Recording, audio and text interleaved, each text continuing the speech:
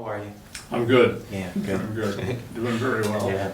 So, we have been selling Terry Kennedy guitars, and this is Terry Kennedy, who lives here in Minnesota and hand makes these guitars. And I gotta say, most people will come in and play one of Terry's guitars and go, "Wow, what is that?" And Terry makes a great guitar. So we thought we'd talk a little bit about guitar making. And so, how long have you been doing it? Here, you might want to hold it. I always need a prop. I'm letting you have the prop. Yeah. I started building Martin kits back in about 1996. Okay. One of my kids was in grad school, and I didn't know he was doing it, but he built a Martin kit guitar.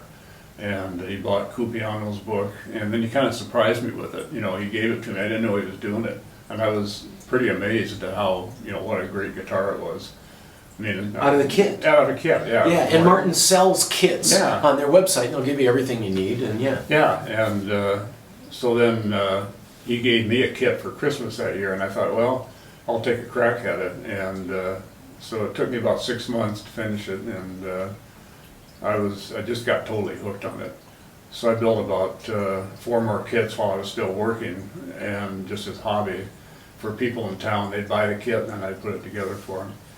And then when I retired, I thought, well, maybe I'll try to ramp this up, to something. So I went out and took the Charles Fox building course out in Portland. Oh. And that was a great course. I mean, So you went out to Portland Right. and took a class out there with Charles Fox. with Charles Fox, yeah. Okay, cool. And I already built at least, I think, 4, and I was working on a kit when I went out there. Yeah. So it was really helpful to have built the kits first, because I kind of knew, what questions to ask and have Yeah. a better concept of the. Yeah. So yeah, so it was a great course, and then I came back and started building from scratch after that. I think people want to know, how long is that course? This course was actually, it was only a week. Really? And then he had different courses. He had a building course that was 2 weeks where he left with a guitar.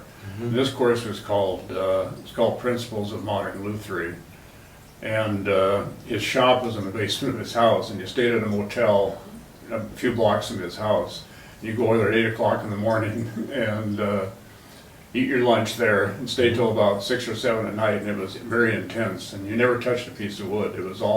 It covered every aspect of guitar making, from shop setup, to tool setup, to specs for everything, to jig making. He's very jigged up, Jig making. Yeah, to make jig making, Yeah. and basically how to do it, all the specs, and he photographed everything in his shop, so he knew what the jigs look like. Yeah. And it was a very intense course, it was about 6 12-hour days. And when you went out, you came out with a big notebook full of stuff and a million pictures, and Cool. it was very effective for me. Having Yeah. built a bunch of kits and stuff, Yeah. it was an extremely good course. What do you think the most important thing you learned, or what are the items you learned that was like, It's really hard to say. I think one of the most important things was, your shop setup and your process, Yeah. For repeatability. In other words, so when you're making parts, the most boring part is making parts, bridges and fretboards and stuff, Yeah. but they need to be precise, and he was very jig oriented. So I think that approach to the process, of jigging up well so you can make precise parts and have them repeatable was Yes. important. And then just the specs. I knew that when I left there, if you did everything he said, if you built to those specs, you'd have an okay guitar, and that's what he said too. He said, you'll have a guitar that sounds good and plays well. He said, then you'll go from there. You'll start making slow tweaks as you build, to improve what you've got or to change what you've got. right? And so that was Yeah. basically what I left there with. And for the audience, a jig is something that, like, you can cut the body on, or Yeah, it's a fixture that you can put a piece of wood on, or a series of fixtures you can put a piece of wood on to turn it into a fretboard or a Yeah. bridge, or the various parts that Yeah. you use. And what did you do before this? I was an orthopedic surgeon, Okay, oh, cool. which is very similar. I mean, actually, the skill set is virtually identical. You know, Is it? Yeah, you're basically a bone carpenter. You know, so Oh my and goodness. it's very jig oriented. Orthopedics is totally jig oriented. You know, Really? for the same reason. You know, because you want precision and repeatability. Wow. So it was kind of a natural transition. Wow. Huh. And except, you know, you can always get another piece of wood, you know. Yeah, yeah. So it's a little less stressful. Yeah, yeah. And then, how many guitars do you think you've made? Guess. Well, I number them, so I've got 2 in process now, and they're 92 and 93. Okay, cool. I started building from scratch around 2004, so Yeah. that's when I started. So, Yeah. you know, 4 or 5 a year, you know, it's kind of what my output's been. And we heard of Terry. You guys that are looking at this locally, the Podium used to have Terry's guitars there, Terry Kennedy's guitars there, and they say Kennedy and Pearl at the headstock, and we'd always be like, wow, this thing sounds great. And so the first few were sold through the Podium. I sold through the Podium for about 14 years. Yeah. The Dinkytown and the Minnehaha. And Right, the Podium right. With Jim Tordoff when he took it over. Yeah, yeah. Yeah, the Podium was, I mean, absolutely instrumental in the development of my guitars because there was a fellow named Bill Arnold who used to live in the cities, and he was an old guitar trader, and he moved up near me, and when I was just starting out, I built about 5 or 6, he came to my shop and he said, I want to show you around the cities. So we drove down here and he introduced me to Jim Olson. We went out Yeah. to Jim's place. Yeah. And took me to the Podium. I met Jeff Moldy and Dave Yeah. Bruce and Marty Reynolds. Yeah. And I had a couple of my guitars with me, and I got some ideas from them. And at the Podium, they said, "Well, fix this, this, and this, and your finish needs to be better. And if you do that, we'll hang them." Yeah. So I did, and about 1.5 years later, you know, I hung my first one there. Yeah. And then you had kind of it was like here, you know, you had kind of a captive audience of good musicians, you know, and people that knew retail. Yeah.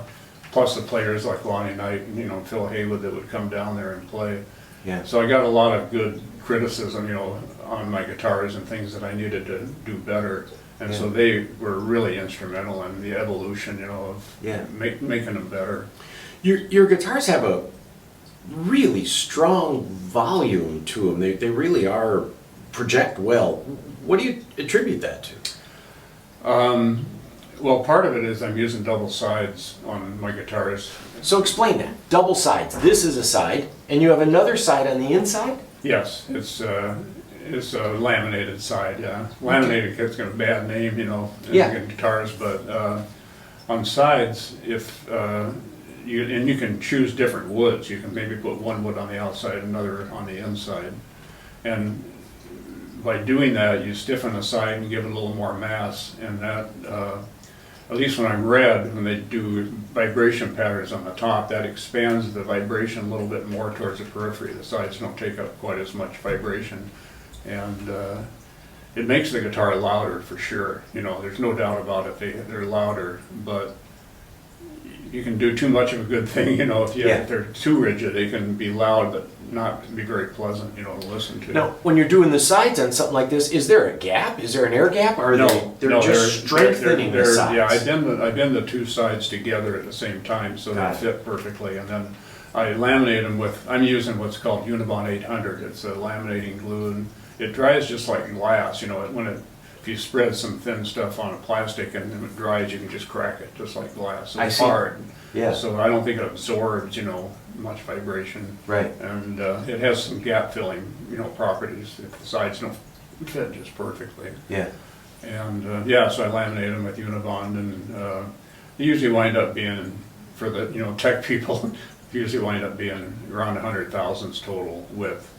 I see. And you can, I found that double rosewood sides are a little too much, you know, they're a little too heavy. I haven't liked the tone with those. So generally if I use a rosewood guitar, I'll put a maple or mahogany inner side on that. So on the outside, it's rosewood. On the inside, it's maple or mahogany. This one I think is, this one's maple. Maple. It's got a maple underside. And that's a nice combo with rosewood, you know. I think Yeah. it takes just a little bit of the boominess, you know, out of the rosewood. Yeah.